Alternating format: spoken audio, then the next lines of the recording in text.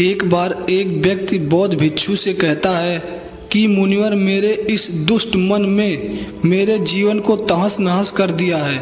मैं न चाहते हुए भी ऐसी आदतें अपना चुका हूँ जो मेरे जीवन में दुख भर रही हैं। मैं क्या करूँ? वह बौद्ध भिक्षु उस व्यक्ति से कहते हैं, बनते कृपया कर इस मन को गाली मत दो, क्योंकि इस मन ने बहुमूल्य जीवन है। हमारे जीवन में और कुछ भी नहीं। यह जीवन ईश्वर के द्वारा दी गई सर्वश्रेष्ठ भेंट है तो तुम्हें मिली है। इसी मन से तुम चाहो संसारों में उलझ जाओ, इसी मन से तुम चाहो संसार से सुलझ जाओ, अगर इसे दुष्ट ना कहो। वह व्यक्ति पूछता है, मुनिवर, फिर यह मन मुझे क्यों भटकाता है? बौद्ध भिक्षु ने कहा, यह मन तुम्हें नहीं भटकाता, बल्कि तुम खुद भटकना चाहते हो तो केवल तुम्हारा साथ निभाता है। तुम चोरी करोगे या तुम्हें चोरी का उपाय बताएगा, तुम दान करोगे या तुम्हें दान का उपाय बताएगा, तुम जो भी करोगे या तुम्हारी सहायता करेगा, कि यह मन तुम्हारा गुलाम है। वह पूछता है, क्या मुझे वेश्यालय की तरफ क्यों खींचता है? क्योंकि यह मुझे नशे की तरफ खींचता है। बौद्ध भिक्षु ने कहा, क्योंकि तुमने अपने आप को इससे अलग कर लिया है, चुके हो कि इन सब में तुम्हारा कोई दोष नहीं है। ती सारी मन की है और जब किसी और की है तो तुम्हें कर भी क्या सकते हो, क्योंकि तुम्हें लगता है कि करवाने वाला कोई और है। ये तुम हर वह काम करते हो जो बाद में तुम्हें दुख देता है। तुम्हें यह समझना चाहिए कि मन तुम्हें नहीं ले सकता, बल्कि तुम खुद इसे हर जगह ले जाते हो। मन तुम्हारी परछाई जैसा है, तुम जहाँ जाते हो वह तुम्हारे साथ जाता है। की भी परछाई उससे कहीं ले जा सकती है नहीं ना। इसीलिए अपने मन को दोष मत दो, बल्कि मन तो तुम्हारा परम सेवक है जो तुम्हारा हर आदेश मानने को तैयार है। क्रोध करते हो तो तुम्हें मन क्रोध करता है, तुम करते हो तो मन घृणा करता है, तुम प्रेम करते हो तो मन प्रेम करता है, दया करते हो तो मन दया करता है। इसीलिए मन तुम्हें कहीं नहीं ले जाता, बल्कि जब तुम खुद कहीं जाना चाहते हो तो मन वहाँ तुम्हारा सहयोग करने के लिए जाता है।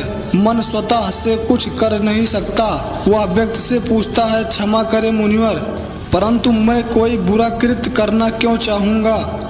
बौद्ध भिक्षु ने कहा, सुख के लालच में जब तुम वेश्यालय जाते हो तो तुम्हें लगता है कि तुम्हें वहाँ सुख मिलेगा। जब तुम नशा करते हो तो तुम्हें लगता है कि तुम्हें इससे सुख मिलेगा, परंतु हर बार तुम्हारे साथ कोई गलत लगता है। इसीलिए तुम मेरे पास आए हो। और क्या इस बात पर ध्यान दिया है कि तुम्हारे मन से तुम्हें मेरे पास आने से रोका नहीं? अगर मन बुरा होता तो क्या तुम्हें मेरे पास आने देता? क्या यह रास्ते की अड़चन नहीं बनता? लेकिन इसने तुम्हें रोका क्योंकि यह वही करता है जो तुम इससे करवाना चाहते हो, और कुछ चीजें तुम जानबूझकर करवाते हो।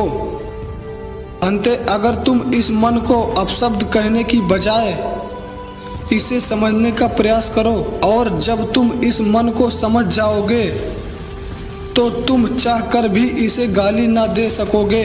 वह व्यक्ति पूछता है, तो अब मुझे क्या करना चाहिए?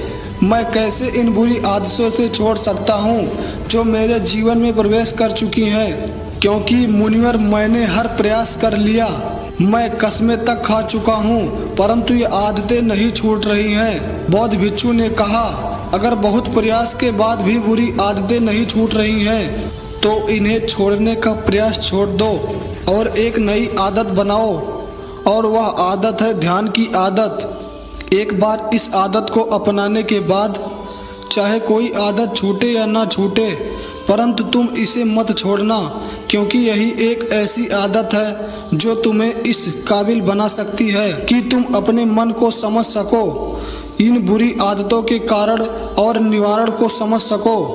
तो यह चिंता छोड़ दो, जीवन में कुछ गलत है, सब कुछ सही है, करने के लिए तैयार हो जाओ और उस सही के समर्थन में पूरा ध्यान लगाओ। अगर यह कहानी आपको अच्छी लगी हो तो चैनल को जरूर सब्सक्राइब करें। हम आपके लिए ऐसी मोटिवेशनल स्टोरी लाते रहेंगे। धन्यवाद।